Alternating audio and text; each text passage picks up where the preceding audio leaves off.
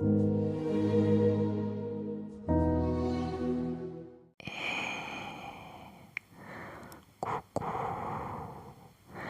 coucou, bisomètre, bisomètre.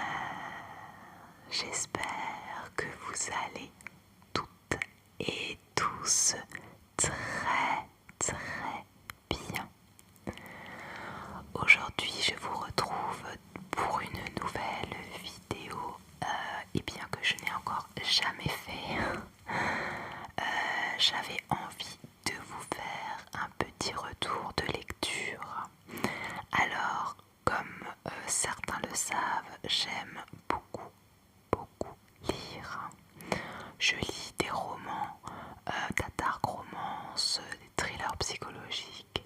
Vraiment, je lis des livres où il y a une histoire finalement à suivre, que ce soit complètement inventé ou que ce soit avec des faits réels, peu importe, mais j'aime beaucoup quand il y a une histoire. Vous me direz, je pense, pour ceux qui aiment lire, oui, nous aussi on aime quand il y a une histoire. Mais je vous dis ça simplement pour vous faire comprendre que là, j'ai lu un livre qui, d'ordinaire, ne m'aurait même pas, ne m'aurait même pas attiré, j'ai envie de dire. Mais là, la première de couverture m'a appelée. Tout bêtement, j'étais en train de faire mes courses il y a quelques semaines et j'ai pour habitude toujours de m'arrêter dans le rayon livre pour voir un petit peu les nouveautés, voilà, regarder ce qui se fait. Et au loin, je vois la première de couverture de ce bouquin. Je me dis, tiens, le titre est vraiment sympa, mais c'est pas du tout le genre de livre que je lis. Là, on parle vraiment de développement personnel. Bon, mais je sais pas pourquoi. Ouais, cette première de couverture m'a donné vraiment envie de lire le livre. Donc voilà, j'ai un petit peu le résumé que vous pouvez lire à l'arrière. Et je me dis, ok, et ben je vais me laisser tenter. Donc je l'ai pris avec moi et je l'ai lu. Je l'ai lu. Alors en règle générale, je lis très vite.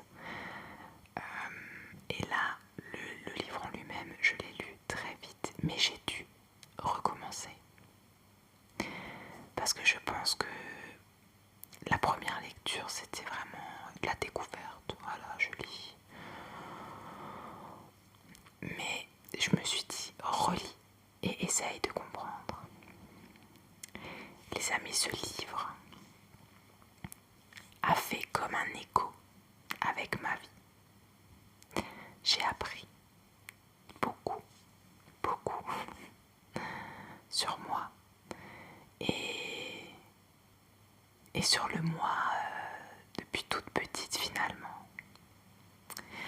Vous allez me dire, oui, c'est du développement personnel, ok, mais moi j'ai jamais lu ça, donc franchement, ça m'a beaucoup surprise, mais agréablement surprise. Et c'est vrai qu'il y a certains passages de ce livre où je me suis reconnue très clairement. Je me suis dit, mais c'est pas possible, on parle de moi. Je sais pas si vous avez déjà eu cette sensation bizarre, mais là je me suis dit, mais punaise, ouais, il y a certains passages, on dirait que c'est ma vie à moi, mon ressenti. Moi j'aurais pu dire la même chose que l'auteur. Enfin, c'était un truc de fou. Du coup, cette lecture m'a beaucoup plu et je me suis dit, tiens, pourquoi pas vous en parler?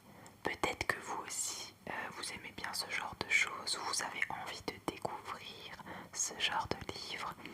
Donc voilà, je me suis dit, je vais vous en parler et pourquoi pas donner envie à d'autres de le lire.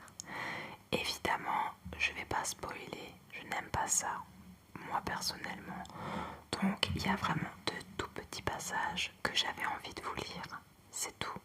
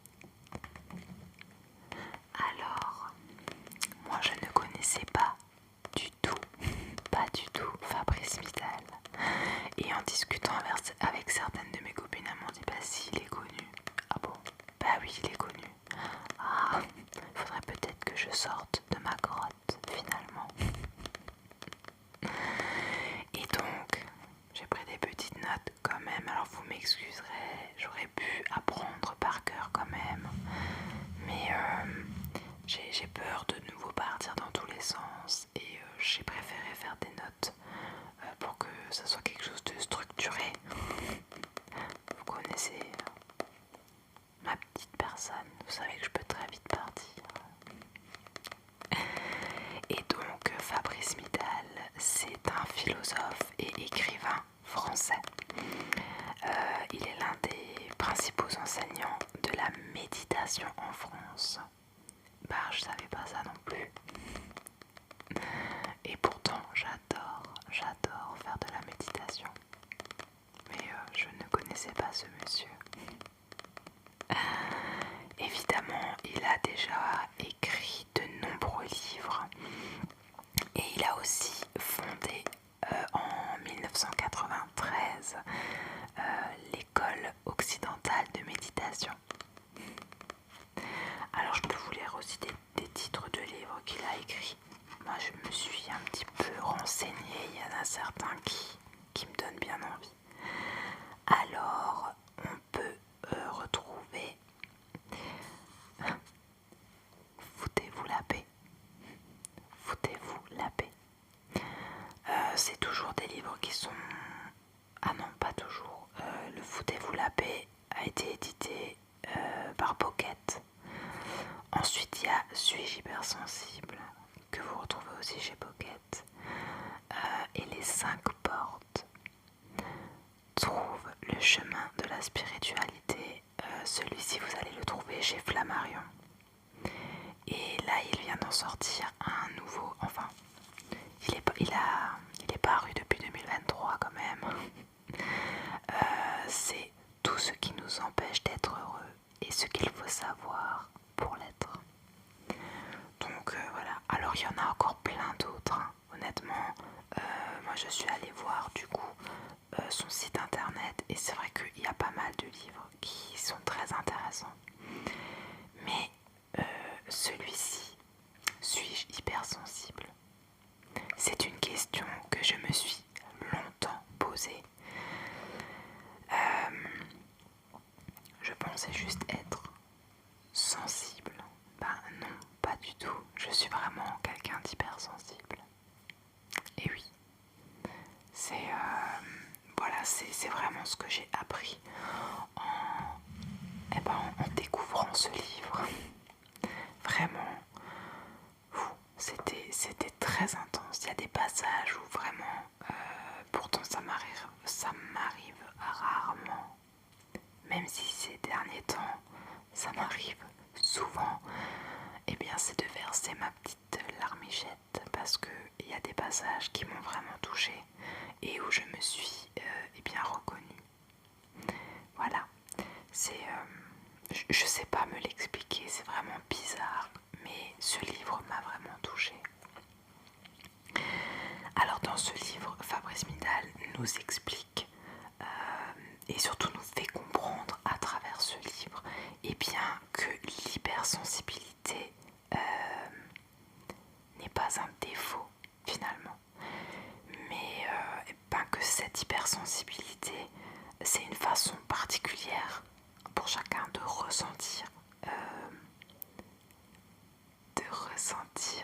le monde, ouais, de ressentir chaque chose. C'est fou. Un hypersensible, ça ressent les émotions bien plus profondément que les autres finalement, et on peut être touché par je sais pas, une mélodie, un film, un bruit ou le bruit en soi.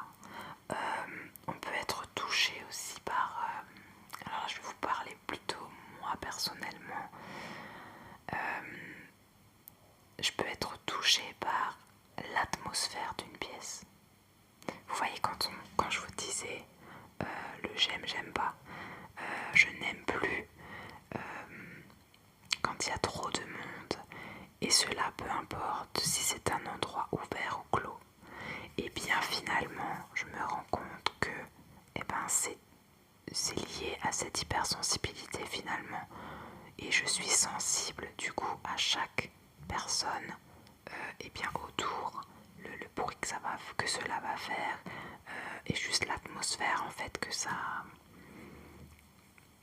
Ouais, l'atmosphère de la pièce ou de l'endroit dans lequel je vais être.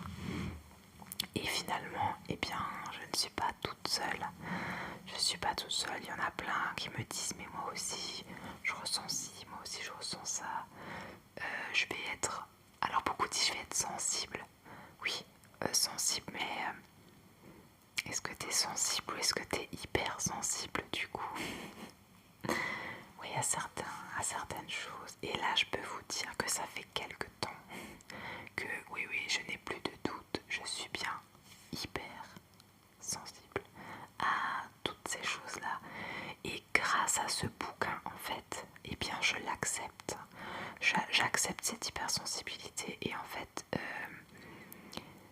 j'apprends à vivre avec, mais harmonieusement. Avant, je vivais avec, mais eh bien, je rejetais tout ça. Et ça aussi, je l'ai compris à travers ce livre. Pourquoi je rejetais cette hypersensibilité. Et en fait, ça rejoint un petit peu la vidéo que j'ai faite quand je me livre un petit peu, quand je vous parle un petit peu de moi. Vous savez, cette carapace que je me suis forgée pendant quelques années et qui a pu faire croire aux gens autour de moi que eh bien, je suis quelqu'un de fort, j'affronte les obstacles comme un super-héros. Non, pas du tout, bien sûr, je plaisante. Mais en fait, c'est ce qu'un hypersensible fait pour pas montrer justement ce côté-là, pour pas montrer cette sensibilité aux autres. Eh bien, on se forge cette carapace pour faire croire que nous sommes forts, mais au final, ben on l'est pas vraiment. Qu'est-ce que j'ai encore écrit dans mes petites notes? Ah, je vous ai dit, j'ai fait ça comme à l'école. Eh oui. Ah bah oui.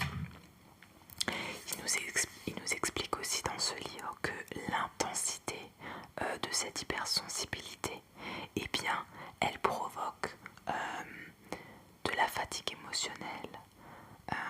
Évidemment, quand au bout d'un moment, vous êtes hypersensible et qu'est-ce que je pourrais vous donner comme exemple? Ben, je vais vous donner un exemple concret, mais de mon point de vue, de ma vie personnelle, on va dire. Au travail, je vous ai dit, je travaille dans le médico-social. Ce n'est pas tous les jours tout beau, tout rose. Il y a certaines situations qui sont très compliquées. Il y a certaines situations qui peuvent être très tristes. Et quand ma journée de travail, quand durant ma journée de travail, il y a eu différents éléments comme ça, une hyper sollicitation, des situations où vraiment c'est dur émotionnellement. Et bien quand je rentre à la maison, je suis vidée. Je me sens vidée à plat, comme si quelqu'un avait puisé toute mon énergie. Mais pas physiquement, vraiment émotionnellement, je sens que je suis vidée. J'ai envie de pleurer sans vraiment savoir pourquoi, mais parce que je me sens vide, je sens que ça ne va pas. Donc oui, l'intensité de l'hypersensibilité provoque une fatigue émotionnelle et on se sent aussi très très vite submergé. Là aussi pareil, c'est plutôt personnel et dites-moi en commentaire vraiment pour ceux qui sont hypersensibles ou qui peuvent ressentir la même chose. Je me sens très vite submergée par je sais pas, par ce qui se passe quand je n'ai pas le dessus surtout. Alors attention, je ne suis pas un tyran évidemment, mais on va dire, allez, on a décidé partir en famille, ok? Avant de partir en famille, il faut, pour moi, je ne demande rien aux autres, mais vraiment pour moi, je dois faire le ménage, il faut que tout soit rangé, que tout soit à sa place. Il faut que je fasse les valises de tout le monde pour être sûr qu'il y ait tout dedans. Et en fait, l'un dans l'autre, très vite, ça monte, ça monte, ça monte, ça monte, ça monte. Et j'ai l'impression, pas de perdre pied, mais de me sentir vraiment submergée. Vite, vite, vite, qu'est-ce qui se passe là maintenant? Est-ce que j'ai tout? Est-ce que vraiment c'est vite, ça boue là-haut dans ma tête. Pareil, j'adore avoir du monde à la maison, inviter des gens, mais déjà quand on va me demander t'as besoin d'aide, je suis le genre de personne où je vais vous dire non non c'est bon, je gère seule. Mais je sais qu'au fond de moi, je le sais, oui je gère, mais cela me coûte beaucoup, beaucoup, beaucoup d'énergie parce que tout simplement je veux être partout en même temps, je veux que tout le monde soit bien, je veux que tout le monde ait ce qu'il a envie devant soi, mais en même temps moi je me sens dans le jus et c'est bête, vous me direz c'est... Mais si tu demandes de l'aide, si tes amis ou ta famille te dit mais viens je t'aide, bah dis-leur oui. Oui, je suis d'accord avec vous, mais moi je n'y arrive pas. Parce que j'ai ce besoin que tu es chez moi, tu es bien, et bien voilà, tu n'as rien à faire. Mais si encore j'avais ça que chez moi, non, chez les autres je fais la même chose. Je suis la première à aller, attends, je te fais ci, je te fais ça. On me dit souvent, mais arrête-toi, Fiona, stop, t'es invitée. Oui, mais je sais que si je vais t'aider, tu vas être bien.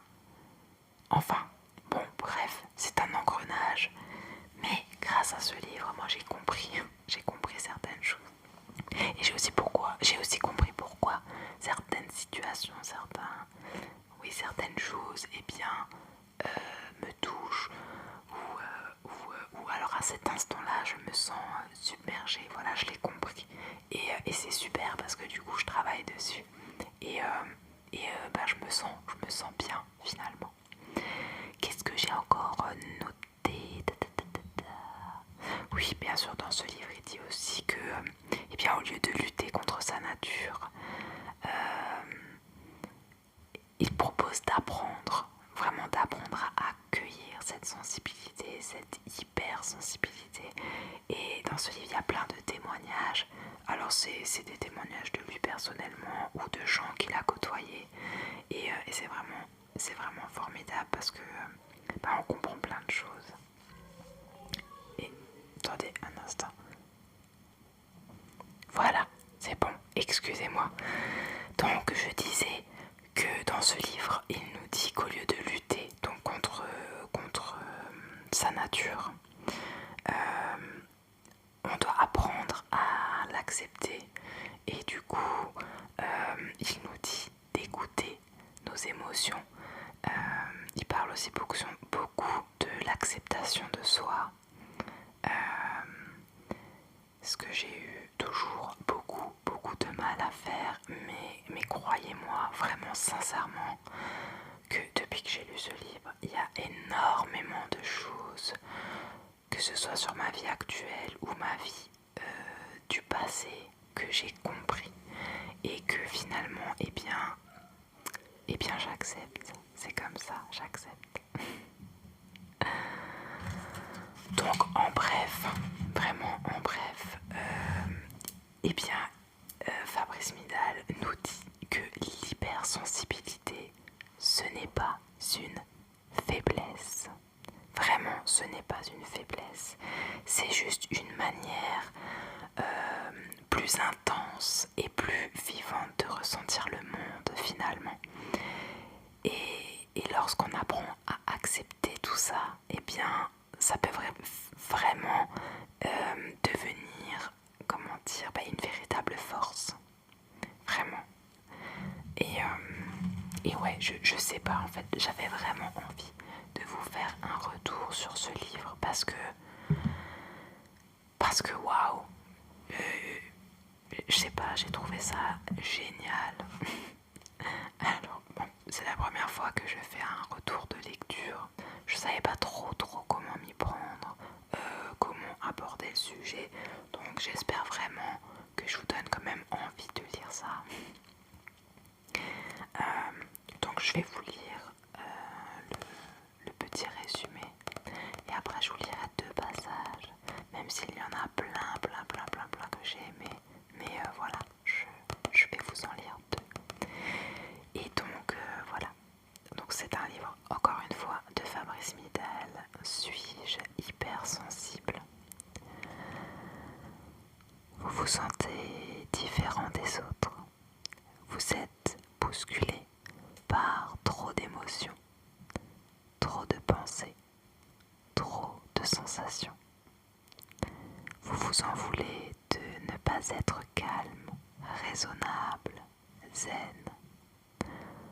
En réalité, vous avez un don. Découvrez son pouvoir. Fabrice Midal a rencontré des neurologues, des anthropologues, des psychologues et vous montre dans ce récit personnel et réconfortant comment vivre avec votre hypersensibilité et en faire une force. Une force. Voilà ce qui est écrit derrière ce livre. Et bien voilà, je vais vous lire 2 extraits qui vraiment, moi j'ai bien aimé. Comme dit, je pourrais en lire plein des extraits. Alors, quand tout te semble fermé devant toi, tu as l'impression d'être emprisonné. Laisse-toi aller à un moment d'hypersensibilité qui, seul, pourra tout dénouer. Accepte la possibilité d'une solution qui viendra du seul fait que ton cœur sera touché. Laisse cette expérience aller à son terme. Le soulagement adviendra. C'est vraiment un extrait qui, moi, personnellement, eh bien, m'a beaucoup parlé. Vraiment. Parce que, oui, je sais pas, je ne me laissais pas en fait assez aller, on va dire, dans cette hypersensibilité. Et même s'il y a des moments qui m'ont touchée, mais qui m'ont profondément touchée, comment vous dire, je me refusais de montrer aux autres eh bien, cette faiblesse qui, maintenant je l'ai bien compris, n'est pas une faiblesse, mais c'était extrêmement rare pour les gens autour de moi eh bien, de me voir pleurer, parfois même quelque chose de futile. L'autre soir avec ma famille, donc mes enfants, mon mari, nous regardions une émission et bien je me suis mise à pleurer, les amis, parce que chacun dans cette émission, chacun parlait de son ressenti. C'est une émission joyeuse, hein, je vous rassure, mais c'était tellement touchant et vraiment profondément touchant, et bien que je me suis mise à pleurer à chaudes larmes. Mais voilà, je l'accepte et que je me dis, eh bien, si ça te fait du bien, lâche-toi. Je vais vous lire un autre extrait. Ah voilà. Et là aussi les amis, cet extrait-là, eh bien, m'a fait comprendre beaucoup. Aujourd'hui, tout devient normé. Nos choix, nos sensations, notre apparence, notre taille, notre poids, notre cursus. L'âge auquel un enfant doit apprendre à parler ou à lire.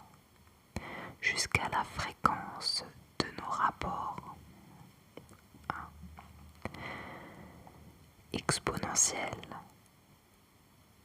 la norme est la nouvelle mesure de toute réalité.